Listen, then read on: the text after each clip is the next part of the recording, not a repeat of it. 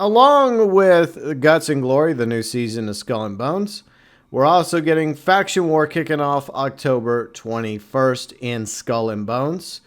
Ubisoft put out an article. I'll have it linked below in the description section if you want to read over it yourself. Dev blog, Faction War, the tides are shifting, captains. In this latest deep dive, we're taking a closer look at Faction War, where we'll uncover the secrets behind the ever-growing conflict. What is Faction War? Tensions across the Indian Ocean have reached breaking point following Commander Jonas Vanderkill's capture of the previous campaign-controlled megafort.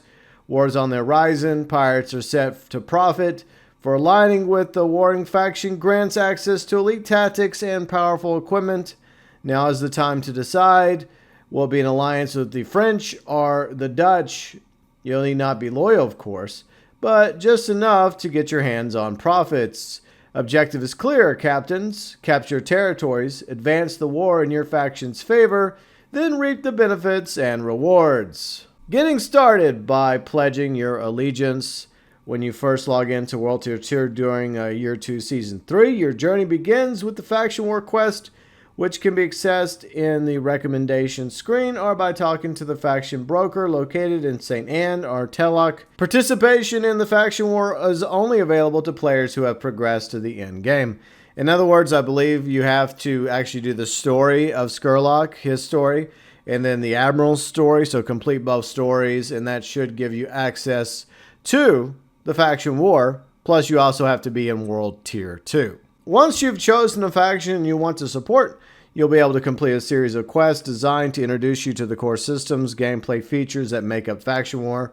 These missions will guide you through key mechanics such as understanding the conflict progress and the opportunities in the Faction War map. So we'll have contested territories, capturing territories, and winning the war.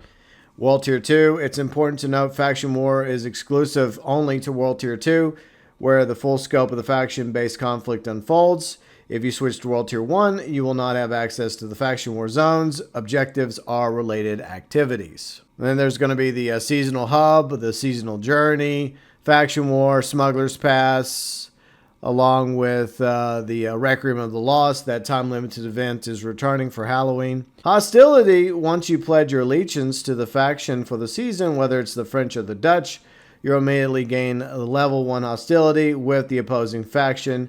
Keep in mind that once you take a side, you'll not be able to change it until the war ends. So you better decide whether or not you want to fight for the French or the Dutch. So you got to pick a side. You won't be able to switch sides during the war. You're either with the Company Royale or with the DMC. So make your choice. I guess you still have about a week to decide if you're on the fence between the French or the Dutch. So be sure and pick a side. Battle phases. The Faction War unfolds across 21 contested territories, each considered a strategic battleground between the French and the Dutch. These territories are only contested once per season, so you'll need to make it count when each territory is available. The conflict is divided into the battle phases, with the length of each phase being 2 to 3 weeks long. During each phase, 2 to 5 territories will become active combat zones. Once a territory is contested, both factions must compete together the most war assets within the region. When the phase ends, the faction with the highest total war assets in the territory claims the victory and secures control of the rest of the season. The territories are broken up very similar to the way it is with the Helm. So I think they're using the Helm territories as a template for this. And you'll notice whenever a territory is under the control of a certain faction, their flag will appear over the territory. Like I guess over here in this hypothetical image, you have the Dutch in control up here. You have the Dutch in control down here. Capture zones. Once the phase concludes, the previous contested territories transition into captured territories claimed by the victorious faction, with each gain the most war assets in the territory. War assets. As the French and the Dutch intensify their struggle for control over the Indian Ocean, both factions will need to amass war assets to strengthen their position. Since these assets are not exclusive to either side, both factions are competing for the same resources. Once earned, war assets are automatically attributed to the faction you've pledged allegiance to during the current war. Your personal contribution will be visible across various in-game screens. allowing you to track your impact on the conflict. In Faction War, rewards tracks are tied to your war effort, territories captured, and the outcome of the war. Most of the equipment you unlock, such as weapons, for instance, are directly tied to the number of war assets you've accumulated.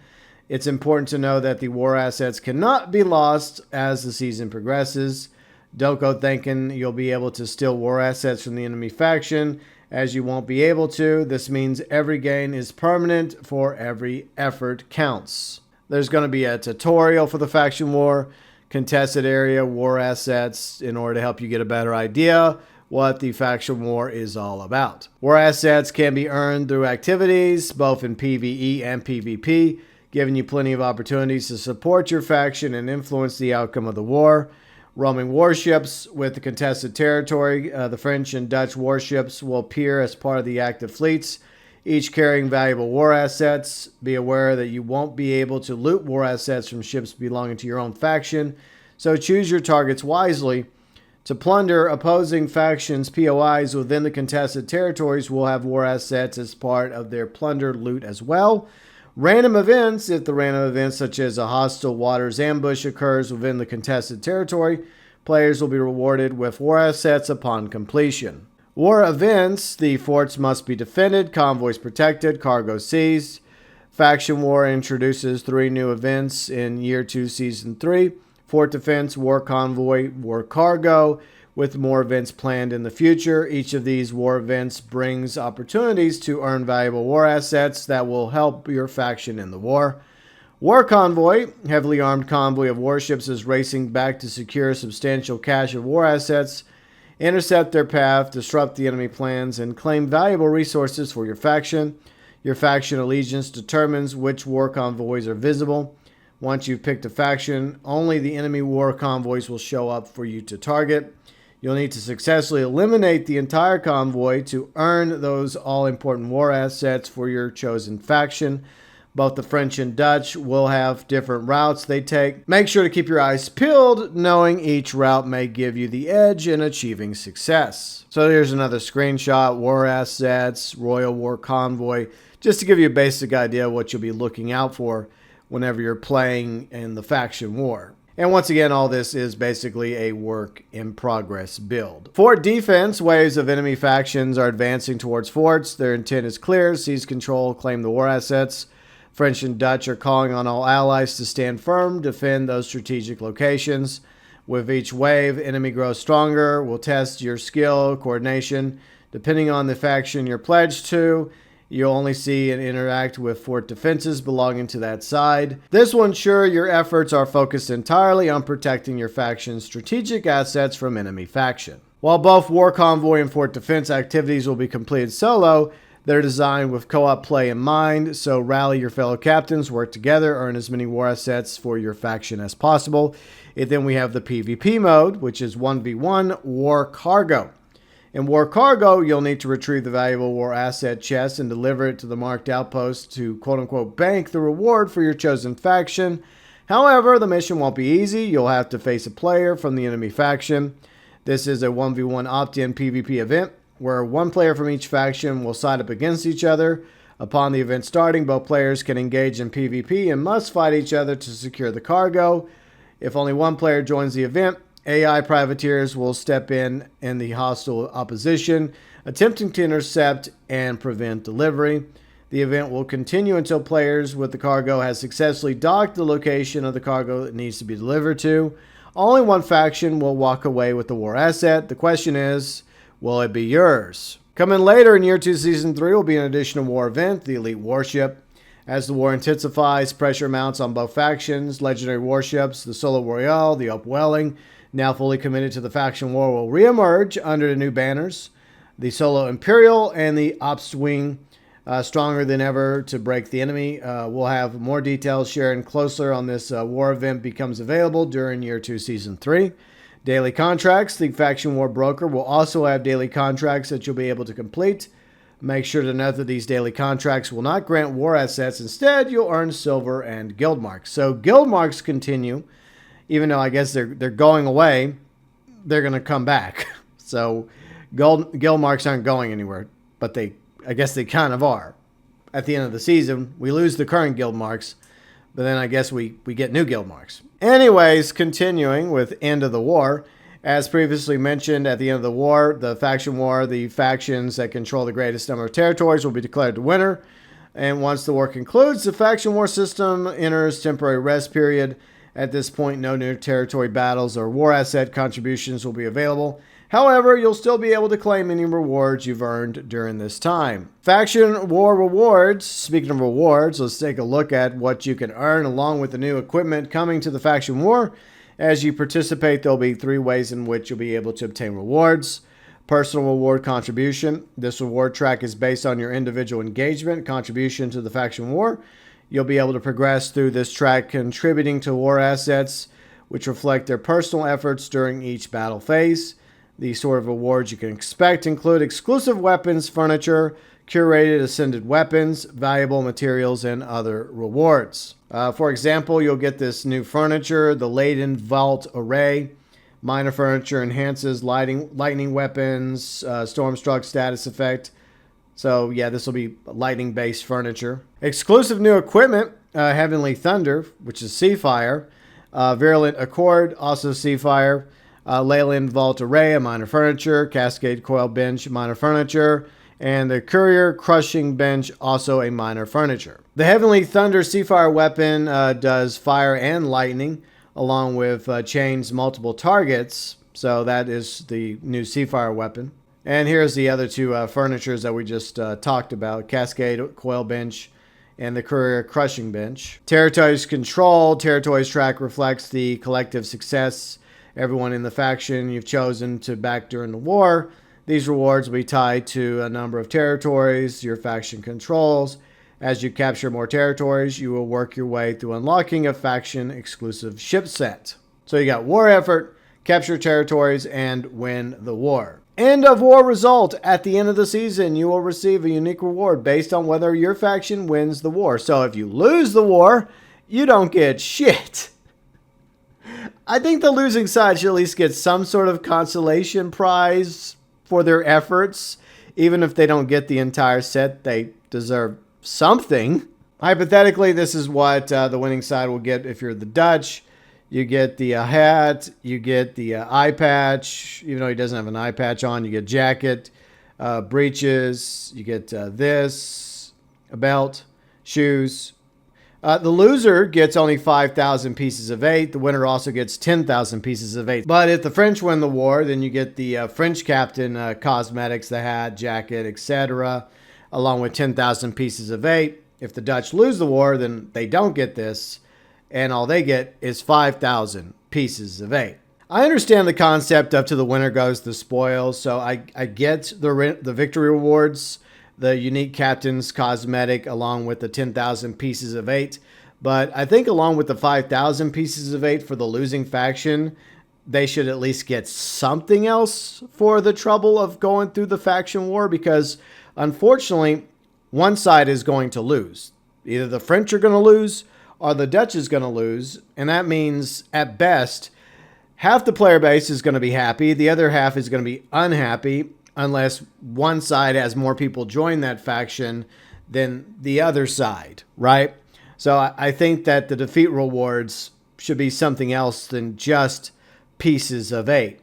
What that ends up being, I honestly don't know. Hopefully, Ubisoft Singapore adds something else to the defeat rewards besides just pieces of 8 as a quote-unquote consolation prize for the losing faction. That's just my opinion. Take it or leave it. But anyways, the Skull and Bones tools, as the game grows, so does the Skull and Bones tools website. With the launch of Faction 1 on the horizon, Heinz, the brilliant mind behind the community-made tool site, has been hard at work integrating the exciting new feature into the website. We're excited to give you a look at the upcoming State of War page, set to go live with the launch of the season, territorial control, overview of how many territories each faction has won, the battle progress, update on the current battle phase, upcoming territories, preview of which regions are up for grabs, war news, key development, and strategic shifts in the conflict as it unfolds. So we got this tool page. So once again, thanks to Heinz, this will be updated to include the faction war information, once the Faction War launches coming up on October 21st. Evolution of Faction War. With the devlog, we also want to give you some insight on how the Faction War evolved throughout the development and testing. Shaping the new in-game experience with you in our first testing phase. Let's see the two-phase battle structure. Skirmish week 1, invasion week 2. Skirmish focused on gathering war assets to gather strategic edge. Invasion saw leading faction defend forts, and trailing faction attempted to steal assets via attacking convoys. Players were able to loot war assets on their associated faction, could also reaffirm change faction allegiance at the start of each phase. The more feedback we received was around the unclear mechanics of faction war, and especially around the scoring objective on how individual actions impacted the success of each faction. Additionally, reward system didn't resonate with players based on feedback. The reward track lacked uniqueness and didn't reflect the competitive spirit or identity of Faction War, making the content feel disconnected from the feature's core experience. Based on the feedback we received during the first testing phase, we made a tough but necessary decision to take more time to polish the feature, focusing on quality. This meant postponing the launch from Season 2 mid-season update. Since then, the team has put all their energy into focus on to improving the experience, ensuring that the first launch sets the right foundation for the new in-game ahead. Building on the feedback from the first test, we introduced several key changes to make Faction War feel more engaging and responsive to player actions. To start, we removed the 2-week structure, ability, loot, war assets from ships belonging to your own faction, allowing for more dynamic, immersive player experience. We also introduced war events, exclusive content designed specifically for the Faction War. One of the most significant changes was a complete overhaul of the reward system. The new triple reward track now reflects individual player contribution, faction control territories, end of war outcomes. And finally, we made a change to the faction alliance. Once a player has chosen a faction, they must commit to it for the duration of the war. Overall feedback from the second testing phase, an increase in engagement compared to previous testing, confirmed that our commitment to a stronger focus on quality-first approach when introducing new content, improving the core experience based on your feedback was the right call, and this approach will continue to guide the direction moving forward. Second testing phase also surfaced several key takeaways around the gameplay dynamics in the Faction War. First, there was a split in feedback around PvP versus PvE. Some were eager for more competitive faction-driven PvP encounters. Others preferred more cooperative PvE experience. Secondly, we found players express confusion around the friendly fire hostility rules. While it's still being fine-tuned, it already makes interactions feel more dynamic and true to your allegiance. Your chosen faction will be a bit more lenient towards you at first, even if they don't fully trust you as an ally yet. Lastly, concerns were raised about faction balance, with players questioning whether certain factions might have an advantage due to the population size or design. We'll continue to monitor the community sentiment closely around the launch to ensure Faction War keeps evolving with your player feedback. The future of the Faction War, the launch of Faction War Year 2 Season 3 is the first chapter in our long-term vision to evolve Skull and Bones in-game experience with various gameplay mechanics on the horizon. Focus right now is on building a strong foundation, one that we can meaningfully expand together. The team is looking into various directions, including adding new type of events, ties to the helm, seasonal journey, possibility of new forces entering the fray. These ideas are still in early exploration and are subject to change. With our continued commitment to a quality-first approach and strengthened core experience, how the Faction War evolves will largely depend on your feedback and how you engage with the new content. So make sure your thoughts and feedback. This will be a big role in helping shape the future of the Faction War. So this is basically the Faction War roadmap, guts and glory. Pick a side, fight for dominance between the French or the Dutch. Use your empire to influence the war, the Helm Empire. Side with or fight against Sea Lords. And then this is the new threats in the works. And then faction reputation. Prove your worth by unlocking perks. So before I wrap up, I do want to discuss this part, new threats, because apparently we're going to be able to side with or fight against the Sea Lords. The problem here is none of these Sea Lords like the DMC. All of them hate the DMC. These three directly fight or are associated with the French, because, well, they are French. He hates Vanderkill and hates the DMC. And I don't think Lee is a fan of the DMC either. So how are you going to get these two to be on the opposing side of the war? I feel like all these Sea Lords would ultimately say, fuck the DMC. We'd rather fight for the French, especially these three. Vikram hates the DMC for what they did to him and his wife. And Lee, I don't think she's really much of a fan of the DMC either. But that's pretty much all the information we have regarding the faction war. Once again, link below in the description section. Which side are you picking in the war when it kicks off on the 21st of October? The French or the Dutch? Feel free and let me know below in the comments section.